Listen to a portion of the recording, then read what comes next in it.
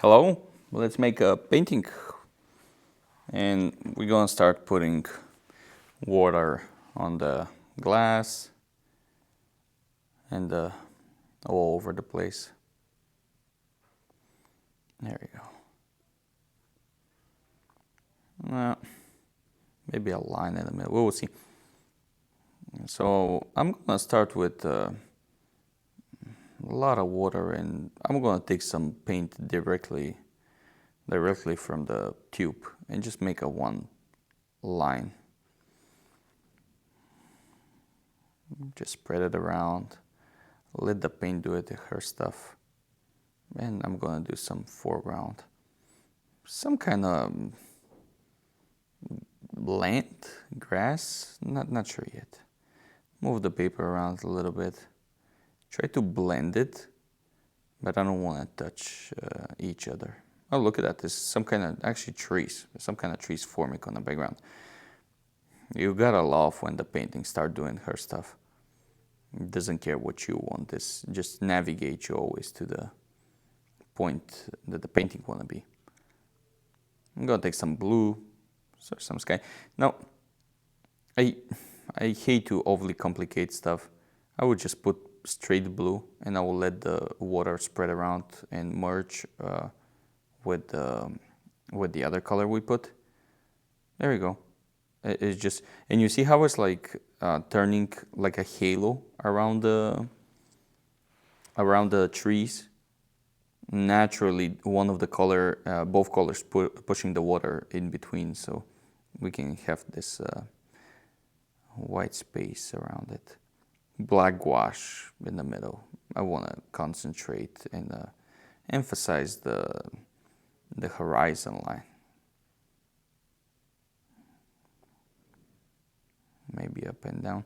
And I'm going to prepare that horizon for blending, because I feel like at this point it's look like the foreground is some kind of an island, but the paint under the trees is some kind of reflection. So I'm going to leave that white space like a river, and it's going to have reflection from the trees. I'm going to take some red and just put it next to black one. Black and white is just going together very well.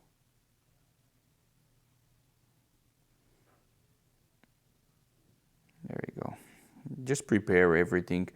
I'm not painting at this point. I'm just prepared for later. Maybe some reflection with red. Just push it down. Oh, well, I guess that's gonna stay there. On the foreground, I'm gonna put some red on the bushes, maybe. We'll see if that's gonna be grass or bush. I feel like it's gonna be bushes, because I need something bigger on the foreground to balance the big trees on the horizon. I'm gonna take a clear brush and remove some of the paint. Something like waves, I guess. I don't know, but this looks nice. It's like I think it's a waves, because it's very light. The light is going through them, so you can see them very clear. Maybe emphasize that a little bit more. Now, as I remove later the paint around it, it will eventually shrink that lines. So now they appear pretty thick, but later they will shrink. And I'm going to take a palette knife and try to make some lines, and just push the paper. Pretty much I'm scratching the paper with this palette knife. I love working with that thing. You see, I'm taking the paint from the horizon and push it down. And on purpose, I'm making like, put it next to the white spots, because I can have a nice contrast. And there we go, almost dry in the middle. When I prepare it with black wash, I'm going to take the multiple brush, just push up and down. So it's kind of semi-wet, but also is very spreadable. So I just move it with a multiple brush. And of course, again, I'm gonna take the clear brush and I'm gonna put a second layer of light. So we have one layer under, which one we cover a little bit. And now we're gonna put a second layer. So we can have a really light parts, and we have like a kind of light parts, and then we have a like midtones, and then we have a contrast with the black wash. I'm gonna emphasize a little bit more on the river in the middle. And you see how I'm making like a little cleanup a little bit, but I still leave some paint here and there, so we can have like perspective lines. Now the foreground is starting to get very light compared to the horizon. So we'll have to do something there. And I already prepare everything. We have the ground ready. So we just need to come up with something to cover a little bit of overlap the river. I'm just gonna take some black and brown and red and put it next to the more light red part of it. And I guess I'm still working on that and keep adding more color because I'm not sure what exactly I'm gonna do. It's kind of windy too, but there is no clouds, so it's not gonna be a rainy. And we'll just keep adding brown and red.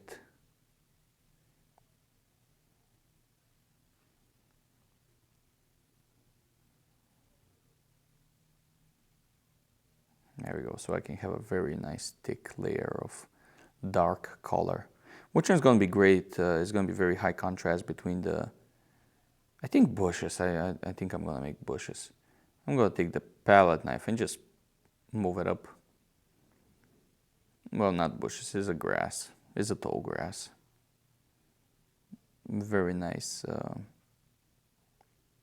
contrasty lines. And just keep moving up, up, up, up. Like you're growing up something, like you have the power to grow up grass. Just moving up. Now keep in mind I'm moving up, but I also push hard on the paper. I kind of scratch the paper a lot. Can't really see on the video. Yeah, tall grass. Let me see if, I'm not sure if yellow is gonna work well. Maybe some yellow on the grass. But it's a light river, so I'm not sure if it's gonna, I don't think it's working well. Let me try one more time. I'll put a little bit of orange so it can be more saturated. Kinda. You kinda barely see it. I feel like it's missing something.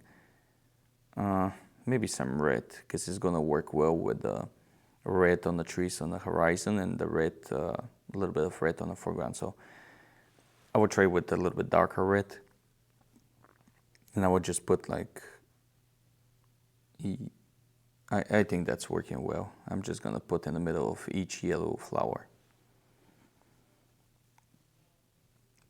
Yeah, that's totally standing more out on the foreground. I think it's turning pretty good balance between the horizon and foreground too. Yeah, that's what's gonna be. I'm gonna put a little bit more red there too in the foreground. And at this point, it's kind of start looking well. I don't want to overdo it.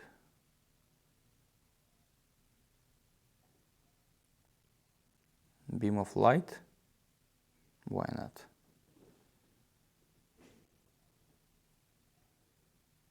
There you go, guys. Watercolor abstract landscape.